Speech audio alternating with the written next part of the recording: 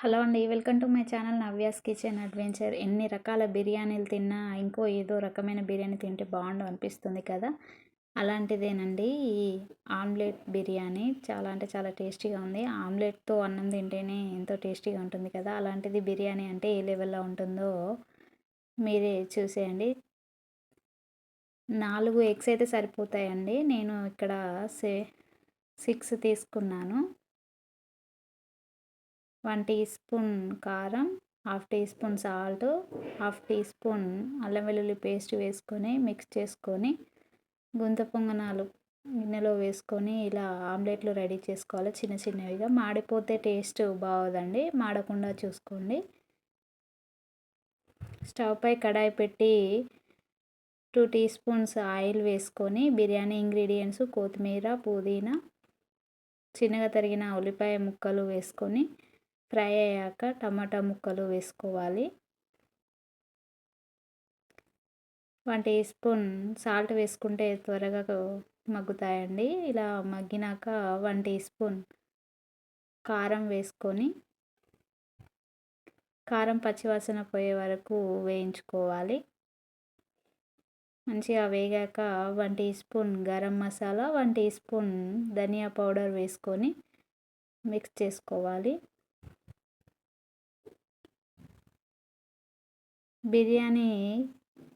బిర్యానీలు అంటే ఈ కాలంలో ఎవరికైనా చిన్నపిల్లల నుండి పెద్దవాళ్ళ వరకు ఇష్టంగా తింటున్నారు. ఇలా ఇంట్లో టేస్టీగా చేసుకుంటే బయటివి తెచ్చుకోవాలని అనిపించదండి.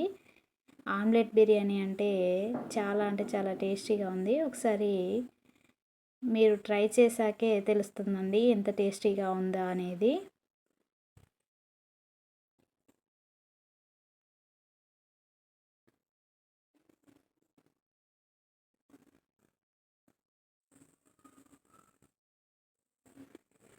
హాఫ్ కేజీ రైస్ ముందుగానే కడిగి నానబెట్టుకున్నానండి. ఒక హాఫ్ అన్ అవర్ ముందు కడిగి నానబెట్టుకుంటే బిర్యానీ పొడి పొడిగా వస్తుందండి.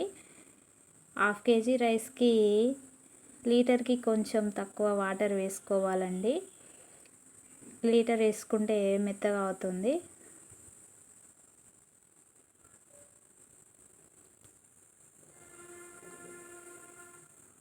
ముందుగా మనం చేసుకున్న చిన్న చిన్న ఆమ్లెట్లు వేసుకొని మొత్తం కలిసేలా కలపండి. సిమ్లో పెట్టుకోండి, లేదంటే అడగంటిపోతుంది.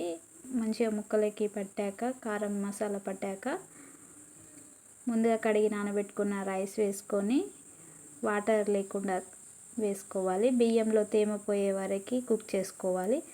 తేమ పోయాక హాఫ్ కేజీ రైస్కి 1 లీటర్కి కొంచెం తక్కువ వాటర్ తీసుకుంటే పొడి పొడిగా వస్తుందండి. కుక్ చేసుకున్నాక ఒక 10 మినిట్స్ కుక్ చేసుకుంటే బిర్యానీ రెడీ అండి. కొత్తిమీర చల్లుకొని తీసుకుంటే బిర్యానీ టేస్టీ ఆమ్లెట్ బిర్యానీ అయితే రెడీ అండి. మీరు కూడా ఒకసారి ట్రై చేసి మీకు ఎలా వచ్చిందో కామెంట్ చేయండి. లైక్ చేసి సబ్స్క్రైబ్ చేయని వాళ్ళు సబ్స్క్రైబ్ చేసుకోండి. Thanks for watching.